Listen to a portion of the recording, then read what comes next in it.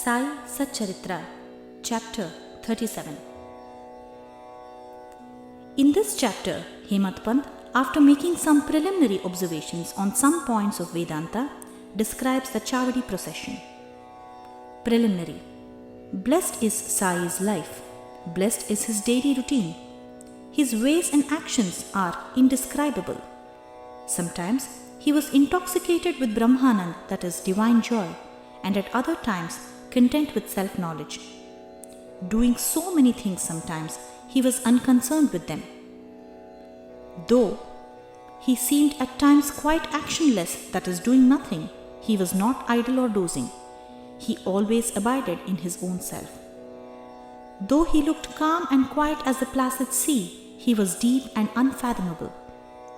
Who can describe his ineffable nature? He regarded men as brothers, women as sisters and mothers. He was a perfect and perpetual celibate, as everybody knows. May the understanding or knowledge we got in his company last long unto death. Let us ever serve him with wholehearted devotion to his feet. Let us see him in all beings and let us ever love his name.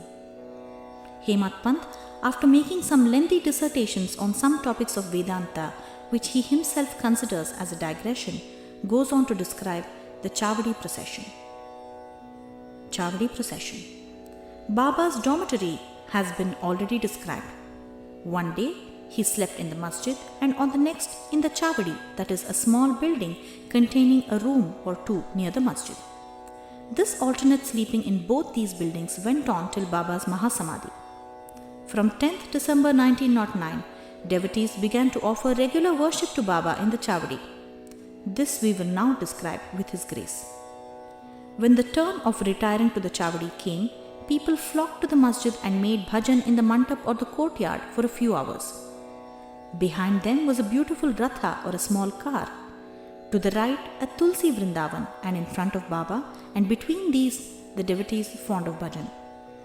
Men and women who had a liking for the bhajan came in time.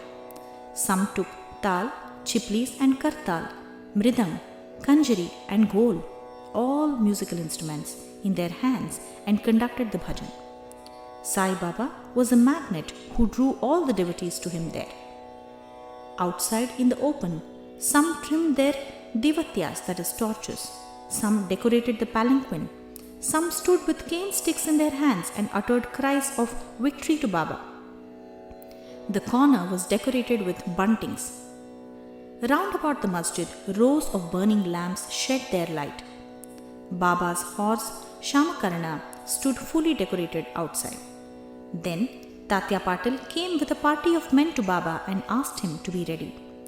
Baba sat quiet in his place till Tatya came and helped him to get up by putting his arm under Baba's armpit.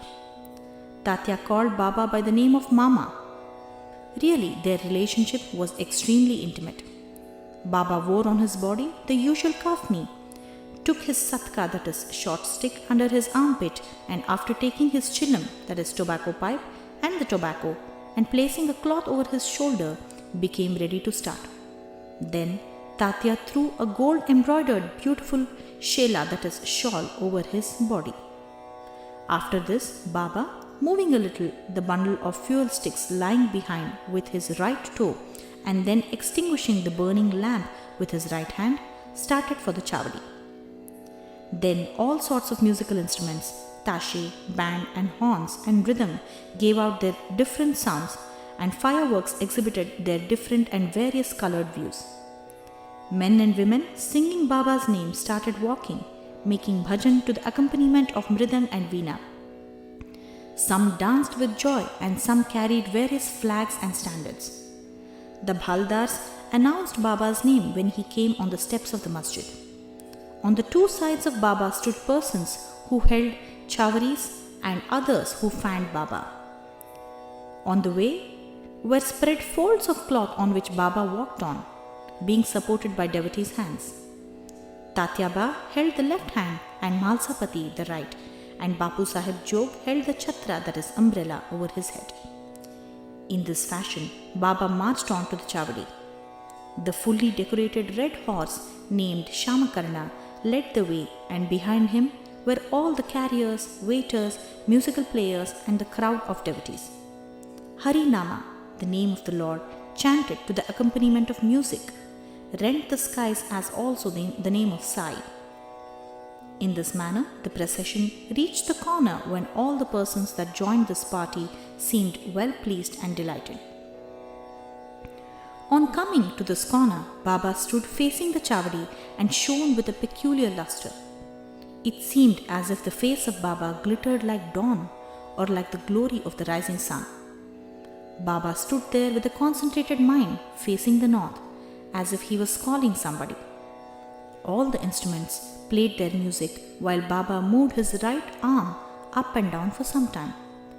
Kaka Sahib Dikshit at this time came forward with a silver plate containing flowers besmeared with gulal, that is red powder, and threw them on Baba's body off and on. The musical instruments played their best at this juncture, and Baba's face beamed with steady and added radiance and beauty, and all the persons drank this luster to their heart's content. Words fail to describe the scene and splendor of this occasion. Sometimes Malsapati began to dance, being possessed or obsessed by some deity, but all were surprised to see that Baba's concentration was not in the least disturbed. With a lantern in his hand, Tatya Patil walked on Baba's left side and Bhagat Malsapati on the right, holding with his hand the hem of Baba's garment. What a beautiful procession, and what an expression of devotion! To witness this, men and women, poor and rich, flocked together there. Baba walked very slow. Bhaktas followed on both sides with love and devotion. With joy pervading the whole atmosphere of the place, the procession reached the Chavadi. That scene and those days are gone now. Nobody can see them now or in the future. Still, remembering and visualizing that scene and sight, we can bring solace and comfort to our minds. The Chavadi was also fully decorated with a good white ceiling, mirrors, and many sorts of lamps. On reaching it, Tatya went ahead and spread an asan, and placing a bolster, made Baba sit there and made him wear good angaraksha or coat. Then the devotees worshipped him in various ways. They put on his head a mukut or a crown with a tuft above, placed garlands of flowers and jewels round his neck, and marking his forehead with musk-mixed vertical lines and a dot, as Vaishnava devotees do, they stared at him for a long time to their heart's content. They changed his headdress now and then and held it aloft on the head, fearing that Baba might throw it away. Baba knew the heart of them all and meekly submitted to all their methods without objection. With these decorations, he looked wonderfully beautiful. Nana Sahib Nimonkar held the chhatra or the umbrella with its beautiful pendants, which moved in a circle with its supporting stick. Bapu Sahib Jog washed the feet of Baba in a silver dish and offered arghya and worship with due formalities, then besmeared his arms with sandal paste and offered tambul or betel leaves. Baba sat on the asan, that is gaddi, while Tatya and others kept standing and falling at his feet. When Baba sat on the gaddi supporting himself against the bolster, devotees on both sides waved charmers and fans.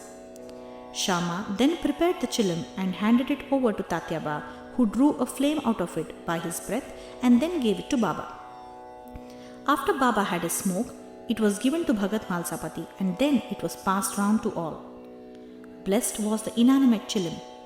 It had first to undergo many ordeals of penance, such as being treated by potmakers, dried in the open sun and burnt in fire, and then it had the good fortune to get the contact of Baba's hand and his kiss. After this function was over, devotees put garlands of flowers on his neck and gave him nosegays and bunches of flowers for smelling. Baba, who was dispassion or non-attachment incarnate, cared a fig for all these necklaces of jewels and garlands of flowers and other decorations, but out of real love to his devotees, he allowed them to have their own way and to please themselves. Finally, Bapu Sahib Jog waved the aarti over Baba, observing all formalities, the musical instruments playing their auspicious tunes. When this aarti was over, the devotees returned home one by one, saluting Baba and taking his leave.